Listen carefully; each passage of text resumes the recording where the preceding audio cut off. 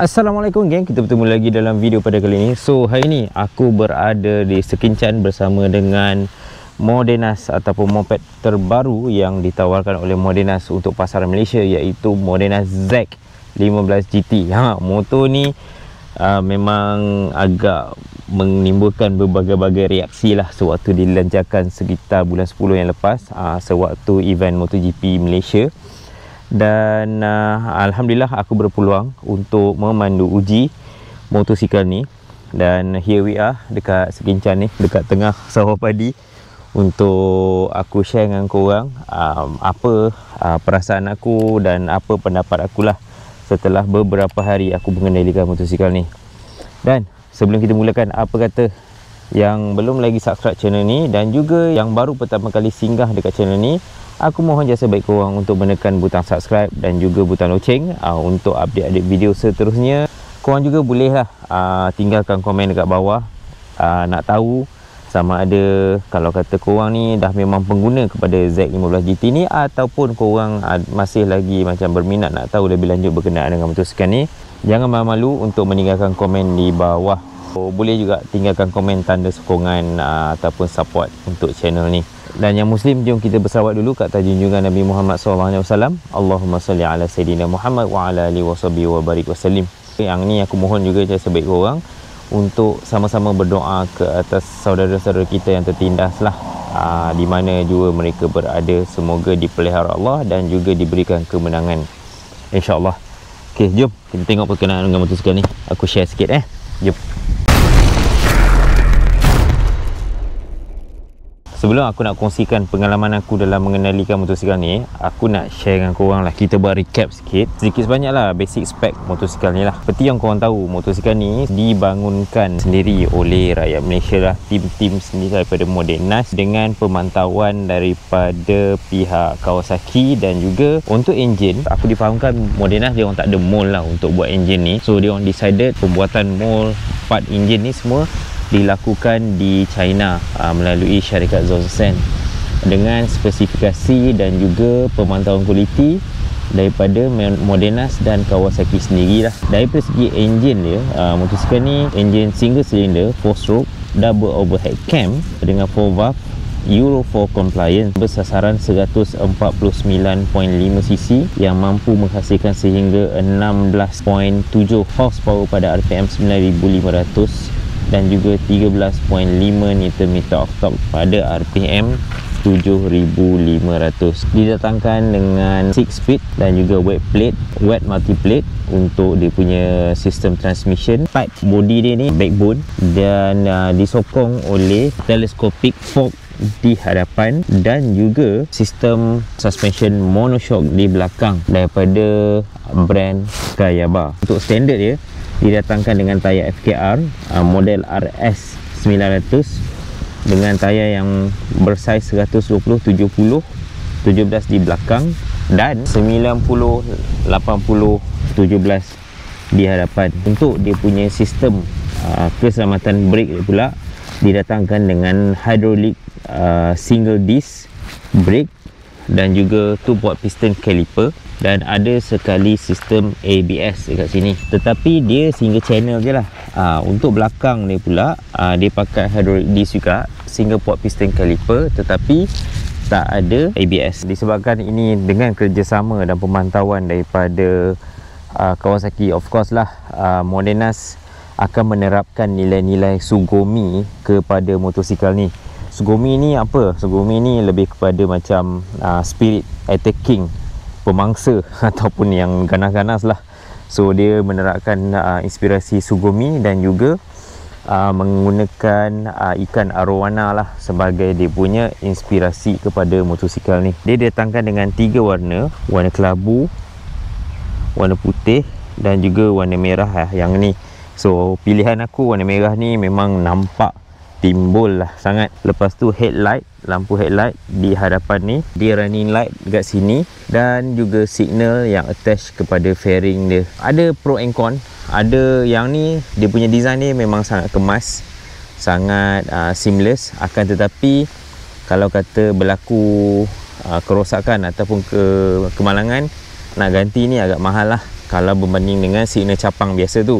Bagus signal capang tu dia lebih praktikal, kita boleh tukar dia yang lain, so tak melibatkan fairing. Kalau yang ni mungkin akan melibatkan fairing. Dia menggunakan signal capang macam ni lah. Tail light dia macam ni lah, dia lebar tapi nampak kecil je lah. So itulah dia punya view dia daripada belakang. Untuk dia punya panel meter ni, dia datangkan panel meter daripada LCD.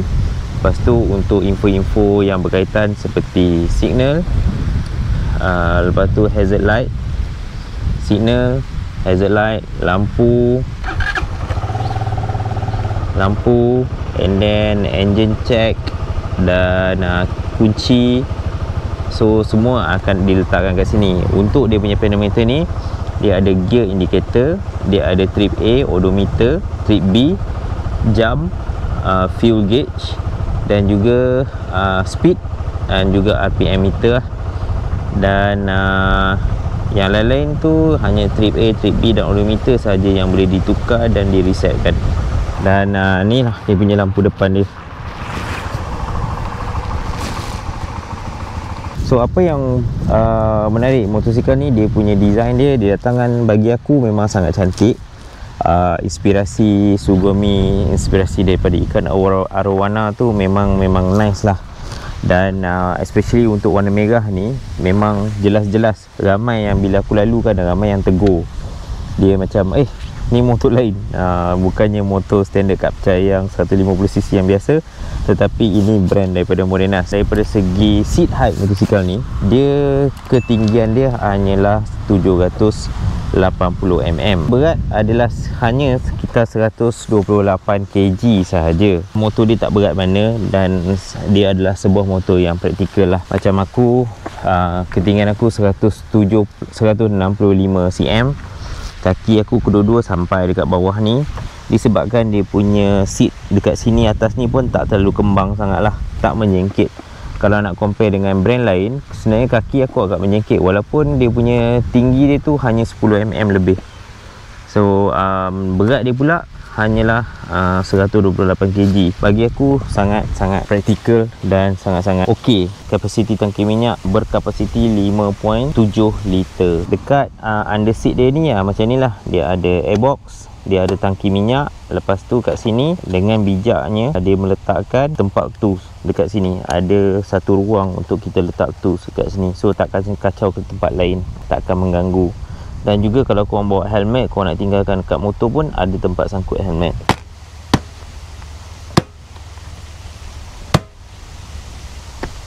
Berkaitan dengan dia punya tangki minyak tadi tu, so far aku dah track untuk dia punya meter lah.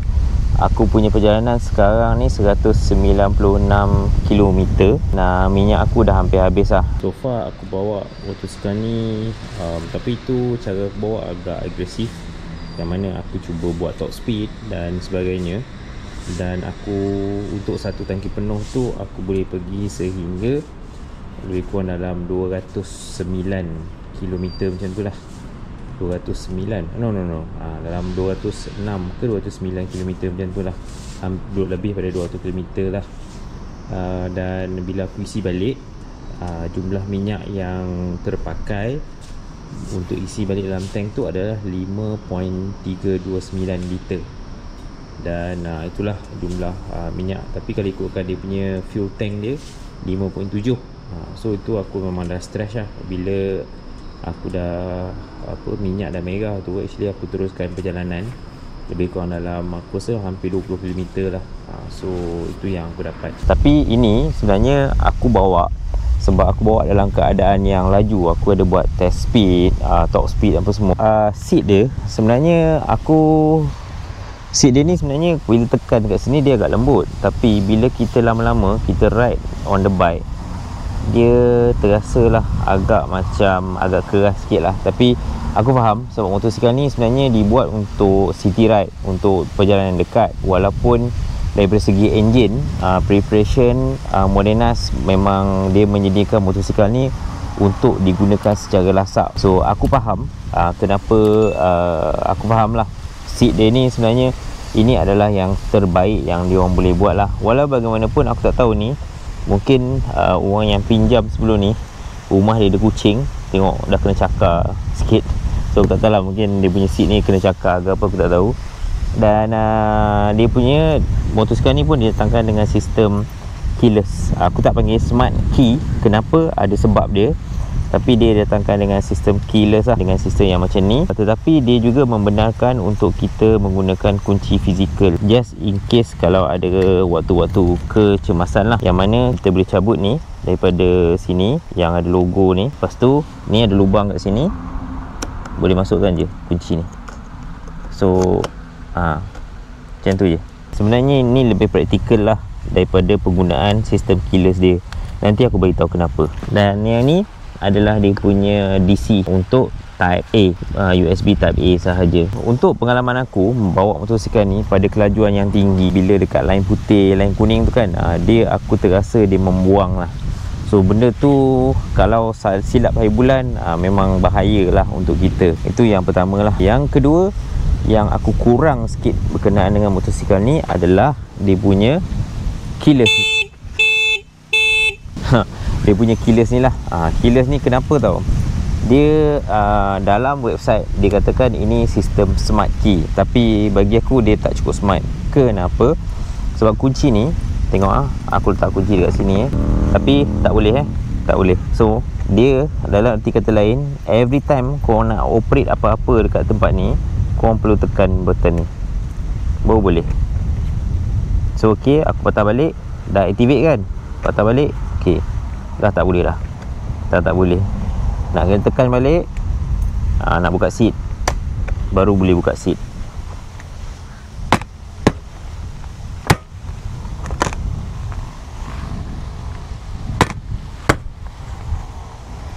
Baru boleh buka seat.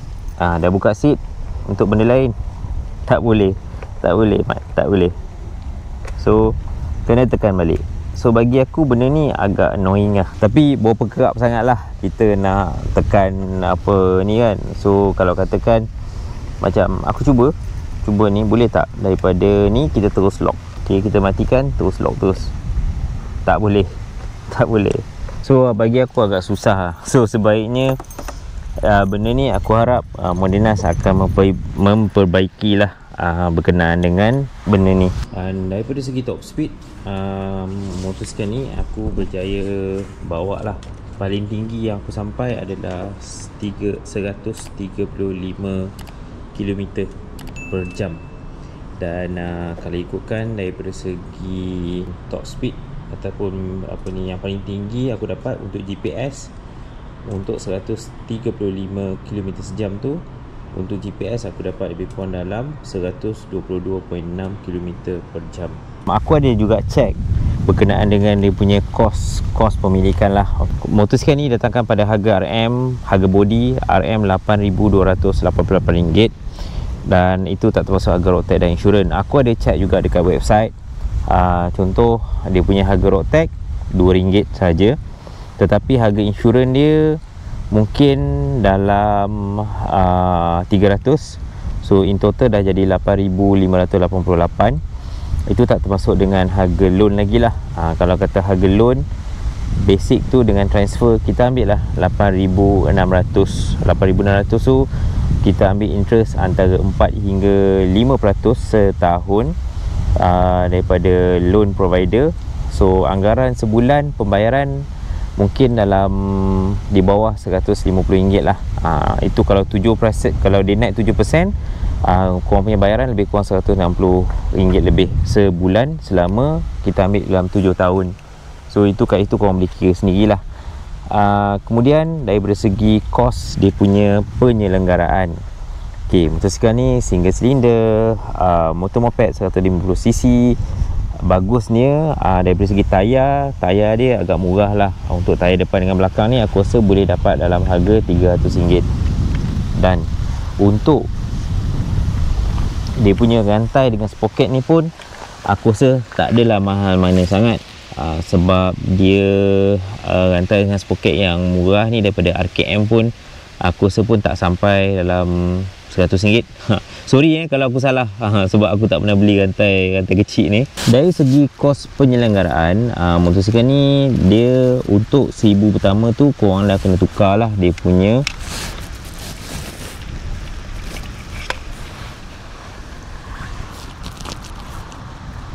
untuk dari segi penyelenggaraan. Untuk Mini hitam, dia punya kapasiti dia dalam normal servis 1 liter saja, maksudnya 1 botol je untuk dia punya minyak tu lah. Minyak dia jenis 20W40 dan kalau kata normal servis mungkin dia perlukan dalam 1 liter saja.